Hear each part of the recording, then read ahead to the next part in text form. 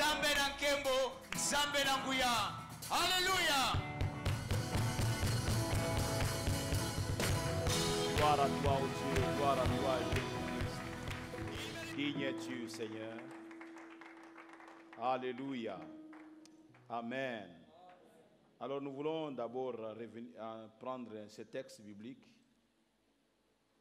de Psaume 61. Le Psaume 61.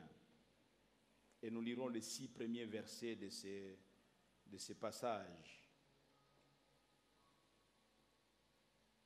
Psaume 61, à partir du premier verset, je vais lire au nom du Seigneur.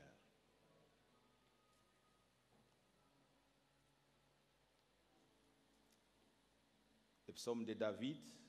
Ô Dieu, écoute mes cris, sois attentif à ma prière. Du bout de la terre, je crie à toi, le cœur abattu. Conduis-moi sur le rocher que je ne puis atteindre. Car tu es pour moi un refuge, une tour forte en face de l'ennemi. Je voudrais séjourner éternellement dans ta tente, me réfugier à l'abri de tes ailes.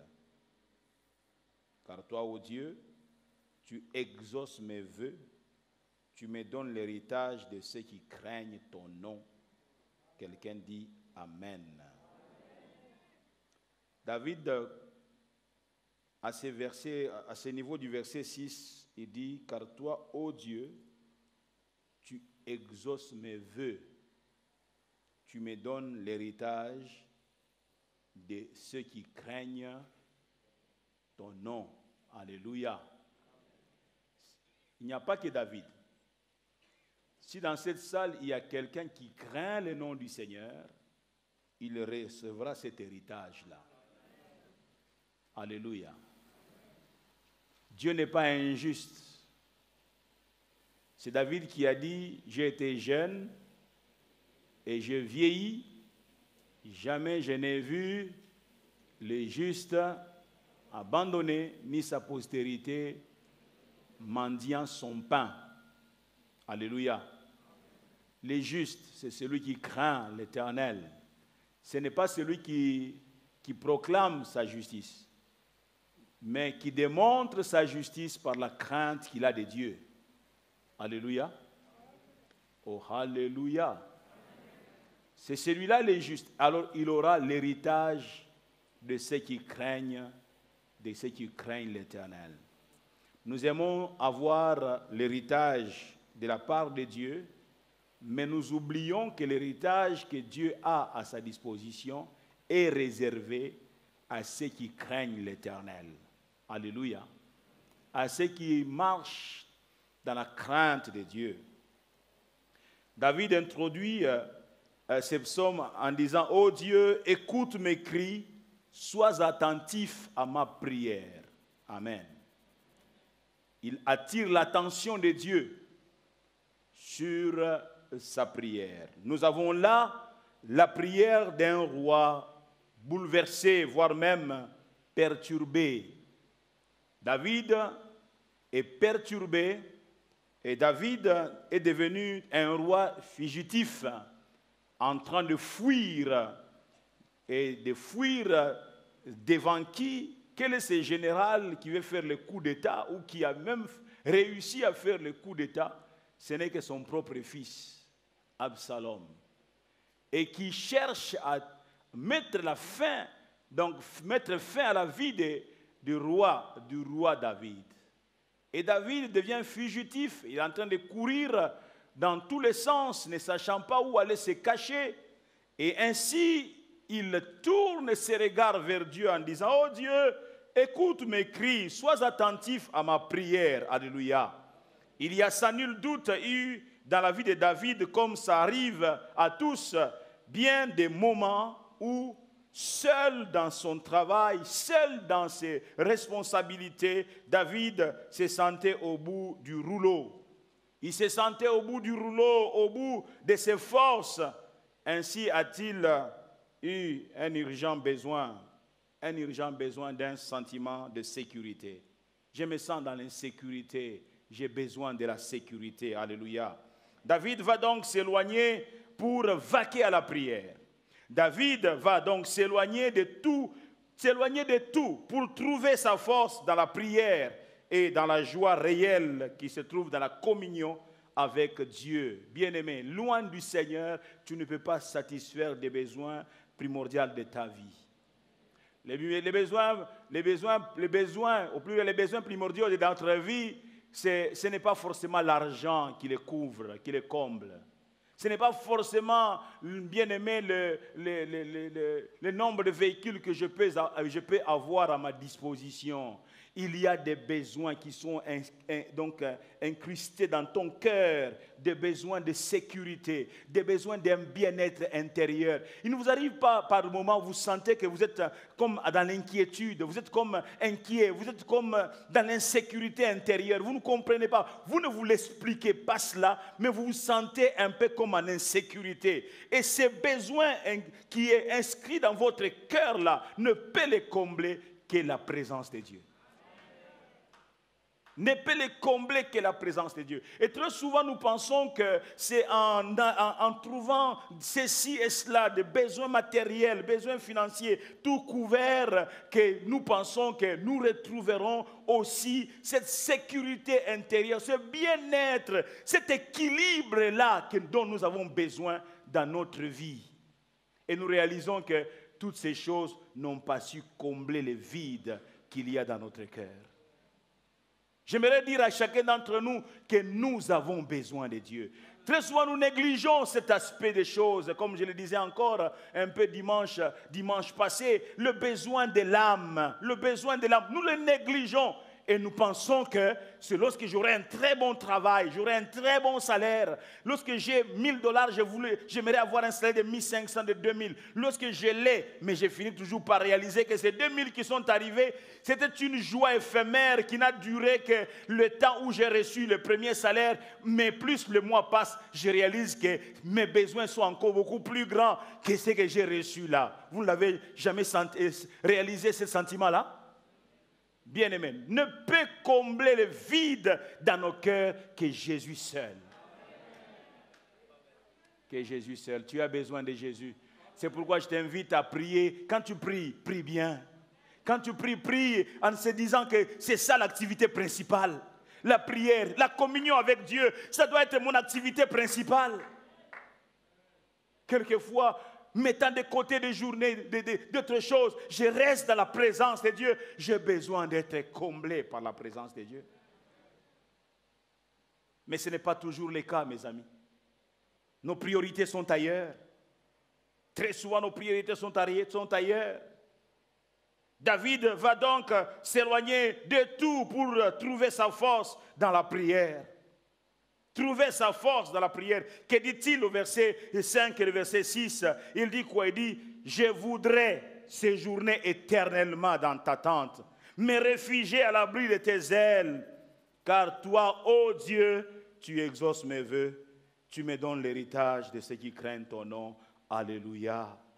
Nous avons affaire à un homme haut placé, David, un homme haut placé dont le cœur est accablé par le sentiment d'être séparé de Dieu, par le sentiment d'être seul. Et il sent comme s'il n'y a aucune sécurité autour de lui, par le sentiment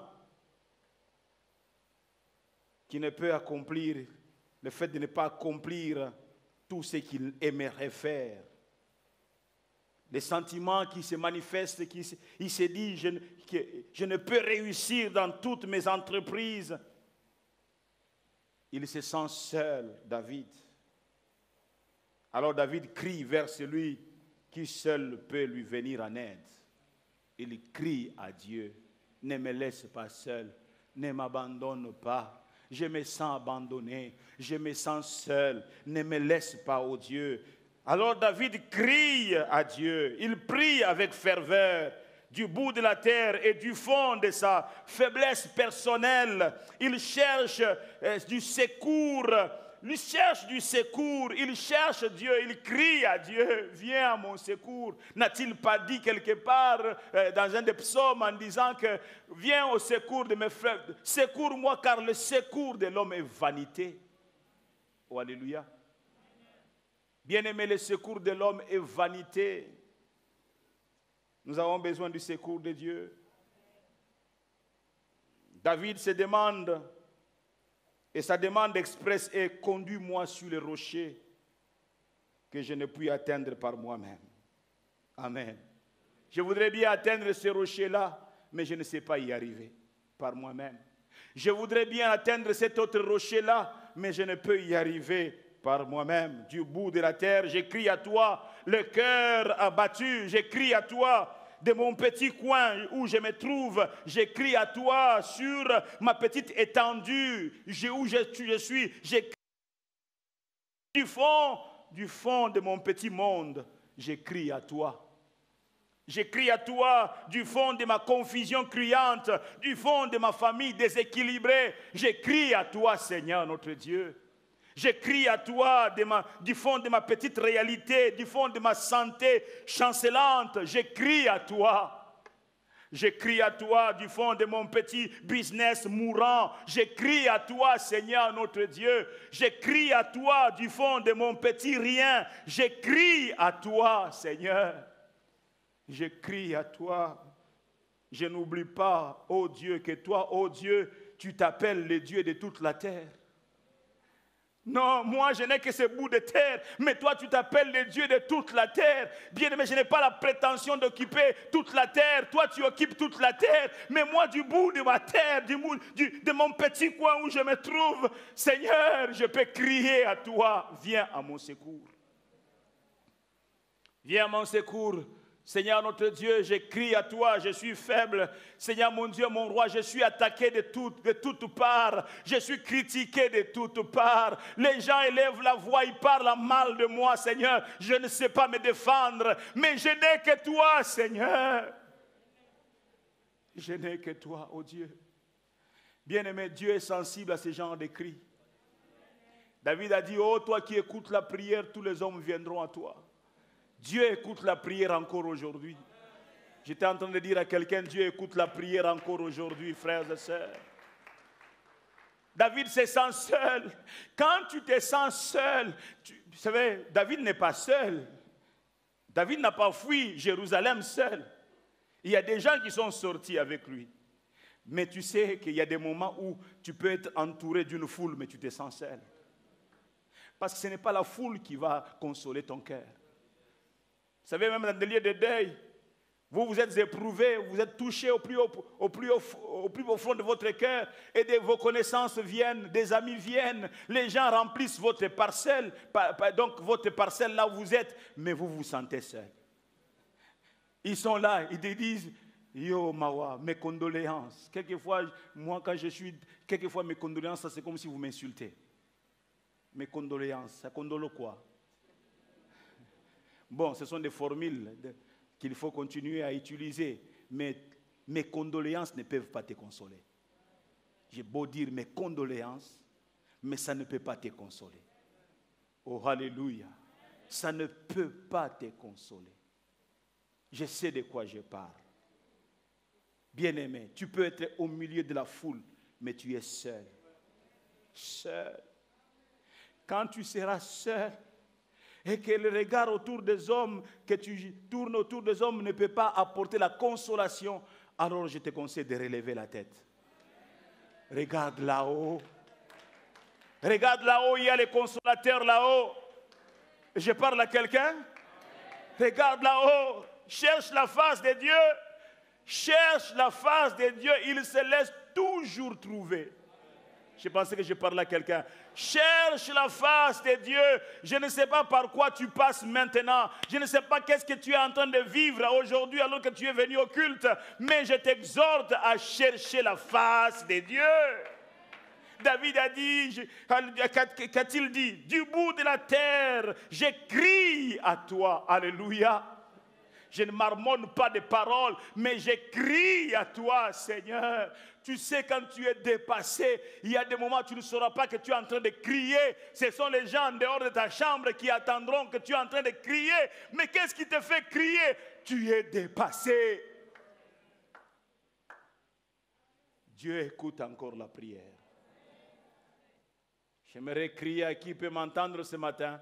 Dieu écoute encore la prière. Quand tu te sentiras seul, sache que Dieu est avec toi. Il y a des moments même dans vos responsabilités, vous accordez même des gens des responsabilités autour de vous, mais ils vous trahissent. Bien-aimés, qu'est-ce que vous attendez des hommes? Les hommes peuvent toujours vous trahir, mais Dieu ne vous trahira jamais. Dieu ne vous trahira jamais. Vous savez, ayez cette habitude, même quelquefois, vous avez vu qu'il vous a trahi, mais comme si vous fermez les yeux, vous regardez à l'Éternel. Oh, alléluia. Parce qu'en fait, vous n'avez pas à vous venger, vous n'avez pas à commencer à vous disputer. Laisse Dieu te défendre, il sait bien te défendre. Toi, regarde à l'Éternel. Regarde à l'Éternel. Oh, alléluia. Regarde à l'Éternel. David n'a pas commencé une guerre tout de suite avec Absalom, mais David s'était retourné vers Dieu. Il a crié au Seigneur, du bout de la terre où je me trouve, je crie à toi, le cœur abattu. Conduis-moi sur le rocher, conduis-moi sur le rocher que je ne puis atteindre, alléluia. Conduis-moi sur le rocher que je ne puis atteindre. Et d'une manière ou d'une autre, nous passons tous à un moment ou à un autre, là où David est passé, et connaissons ce qu'il a connu. Oui, chacun, il y a des temps où tu passes comme au travers d'un trou noir. Tu te poses mille et une questions. Tu te dis, qu'est-ce qui m'arrive? Il a demandé à Dieu de le conduire sur les rochers qu'il ne peut atteindre par lui-même. Bien-aimé dans le Seigneur, il y a des endroits, il y a des choses que tu n'accompliras jamais par toi-même. Il y a des endroits où tu n'arriveras jamais par toi-même. Il y a des lieux où tu n'entreras jamais par toi-même.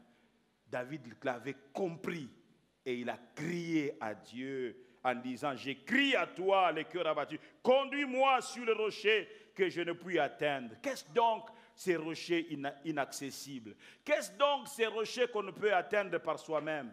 Premièrement, ces rochers, ce n'est rien d'autre que Dieu lui-même. Dieu lui-même. Si Dieu ne t'aide pas à l'atteindre, tu ne l'atteindras jamais. Dieu lui-même. David cherche à atteindre une position inexpugnable d'où il sera sûr d'échapper à tous ses ennemis. Une position inexpugnable signifie qu'on ne peut prendre d'assaut ou de force. C'est cela, cette position-là. Vous ne pouvez pas prendre cette position d'assaut ou de force. C'est une position inattaquable. Dieu est une position inattaquable. Dieu seul est inattaquable. Il est donc une véritable tour forte. Dieu est une tour forte. Amen, amen. En Dieu, personne ne peut t'atteindre. Je disais, en Dieu, personne ne peut t'atteindre. Je t'entends dire à quelqu'un, en Dieu, tes enfants ne peuvent pas atteindre. En Dieu, tes enfants ne seront pas atteints. En Dieu, ton travail ne sera pas atteint. En Dieu, ta santé ne sera pas atteinte. En Dieu, ta santé ne sera pas atteinte. Alléluia. Bien aimé, nous avons besoin de nous cacher en Dieu. Il est le rocher par excellence. David crie. Il dit, amène-moi sur le rocher que je ne puis atteindre par moi-même. Alléluia. Celui qui demeure sous l'abri du Très-Haut repose à l'ombre du Tout-Puissant. Psaume 91, verset 1er. Là où tu ne sais et tu ne peux arriver, Dieu peut t'y conduire. Dieu peut te conduire là. Conduis-moi, guide-moi, transporte-moi là où je ne sais arriver. Transporte-moi, Seigneur. Prends-moi par la main. Prends-moi par la main, Seigneur. Amène-moi là où je ne sais pas arriver. Mon père ne sait pas m'amener là-bas. Ma mère ne sait pas me conduire là-bas. Mon épouse ne peut pas. Mon mari ne peut pas me conduire là-bas. Mais toi, tu peux. Toi, tu peux. Mon diplôme ne peut pas me conduire là-bas. Mes études ne peuvent pas me conduire là-bas. Mes relations ne peuvent pas me conduire là-bas. Mais toi, tu peux, Seigneur. Mais toi, tu peux, Jésus-Christ. Alléluia.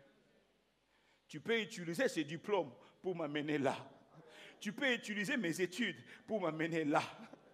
Mais mon diplôme, mes études ne peuvent pas m'y amener, Seigneur notre Dieu. Ne peuvent pas m'y amener. Tu peux utiliser cette relation si tu le veux pour m'amener là. Mais cette relation-là ne peut pas m'amener là.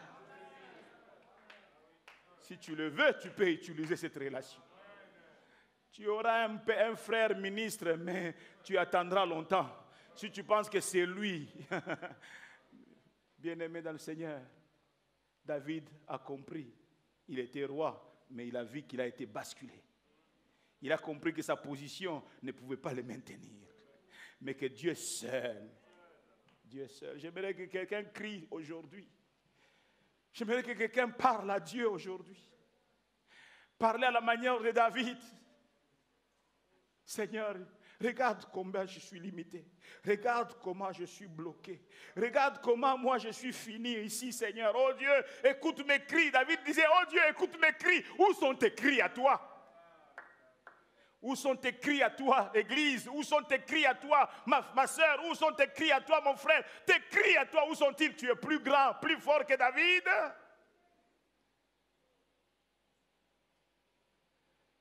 David, roi. Pas seulement parce qu'il est chassé, mais David, c'est quelqu'un qui savait abandonner, laisser toutes ses responsabilités, récupérer la harpe là où il avait accroché et aller dans la présence du Seigneur pour aller l'adorer, aller le glorifier, aller le célébrer et chercher sa face. Oh, alléluia. Alléluia. Vous savez, les alpinistes, ces gens qui escaladent les montagnes, se servent très souvent de grandes cordes en acier pour se hisser au sommet des montagnes. Ils se servent de grandes cordes en acier. J'ai vu cela l'unique fois où je suis arrivé à Cape Town en janvier 2009. Je suis arrivé autour de l'océan ou la mer. Mais il y a une grande montagne rocheuse là. Et au-dessus, ils ont construit même des magasins. Mais pour y aller, vous entrez dans des capsules. Et donc, ces capsules-là qui sont attachées à des cordes en acier qui vous hissent là au sommet. Sans ces cordes en acier, vous ne pouvez pas aller au sommet. Et Jésus-Christ n'est pas seulement le sommet, il n'est pas seulement la montagne, il n'est pas seulement les rochers, mais il est aussi la corde que le Seigneur t'envoie pour te hisser jusque dans cette position-là. Conduis-moi sur le rocher que je ne puis atteindre. Très souvent, combien je réalise mes faiblesses, mes incapacités à conduire l'Église. Je suis sincère quand je vous parle ainsi. Oui, vous allez dire, pasteur, ça fait 25 ans que tu conduis l'église ici, 24, 25 ans. Comment tu peux parler de faiblesse? Oui, frère, sœur. Il m'arrive de me poser 1000 questions, je me tiens la tête. Et je reste là toute la journée d'hier, je n'ai pas bougé. Je ne suis même pas sorti, je n'imagine même pas avoir sorti de ma maison. Je suis resté là toute la journée, faisant voir à Dieu combien je suis limité. Combien je suis limité. Je dis, Seigneur, j'ai besoin que tu me prennes, que tu m'amènes là. Je ne sais pas arriver là. Je suis incapable, je le sens, Seigneur. Ce n'est pas mon âge, ce n'est pas mon expérience. Toutes ces choses ne peuvent pas m'amener là. Non, Seigneur. Non. Mais toi, tu peux. Toi, tu peux m'amener là. Toi, tu peux, Seigneur. Je ne suis pas plus grand que David, mes amis. Non, je ne suis pas plus grand que David. Seigneur, hisse-moi là, amène-moi là où je ne sais pas arriver, oh Dieu. Conduis-moi sur les rochers que je ne peux atteindre par moi-même. Deuxième chose, les rochers, comme je suis en train déjà de le dire, les rochers à atteindre, c'est aussi des choses longtemps désirées, mais qui ne sont jamais venues à l'existence. Désiré dans ton cœur. Tu soupires après cela. Mais mois après mois, année après année, ces choses ne sont jamais arrivées à l'existence. comment faire aboutir chacune de mes entreprises, comment arriver à un résultat qui soit satisfaisant par moi-même. C'est impossible, Seigneur. C'est impossible. David était conscient de cela. Frère et sœur, tu as Dieu à ta disposition. Mais très souvent, au Betahé Kara, et tu penses que tu peux t'en sortir par toi-même. J'aimerais le crier à l'église. Tu ne sauras pas. Tu ne pourras pas. David nous donne la leçon ici. Et il crie à Dieu du bout de la terre où je me trouve. Je crie à toi, le cœur abattu. Conduis-moi sur le rocher que je ne puis atteindre par moi-même. Alléluia. Conscient de ses faiblesses, conscient de ses insuffisances, David se tourna vers Dieu par la prière. Il se tourna vers Dieu par la prière. J'aimerais finir avec ce qu'il a déclaré dans Psaume 34. Il dit, quand un malheureux crie, je commence au verset 5, il dit, j'ai cherché l'Éternel et il m'a répondu. Il a cherché et l'Éternel a fait quoi? L'a répondu. Il m'a délivré de toutes mes frayeurs. David, chaque fois qu'il a cherché Dieu, Dieu l'a délivré de toutes ses frayeurs. Quand on tourne vers lui le regard, on est rayonnant de joie et le visage ne se couvre pas de honte. Quand un malheureux crie, l'Éternel entend et il les sauve de toutes ses détresses. Alléluia. L'ange de l'Éternel campe autour de ceux qui le craignent et il les arrache au danger. Sentez et voyez combien l'Éternel est bon. Heureux l'homme qui cherche en lui son refuge. Craignez l'Éternel, vous ses saints, car rien ne manque à ceux qui le craignent. Alléluia. Les lionceaux éprouvent la disette et la faim, mais ceux qui cherchent l'Éternel ne sont privés d'aucun bien. Tu as raison d'acclamer le Seigneur. Alléluia. Ceux qui cherchent l'Éternel ne sont privés d'aucun bien. Tu as raison de l'acclamer et de t'approcher. Je n'ai pas besoin de te demander de prier. Tu as compris. Tu peux passer par la voie où est passé David en criant, afin que Dieu t'amène sur un rocher que tu ne peux atteindre par toi-même. Est-ce que nous pouvons d'abord nous lever ensemble et battre nos mains? Alléluia. Battre nos mains pour saluer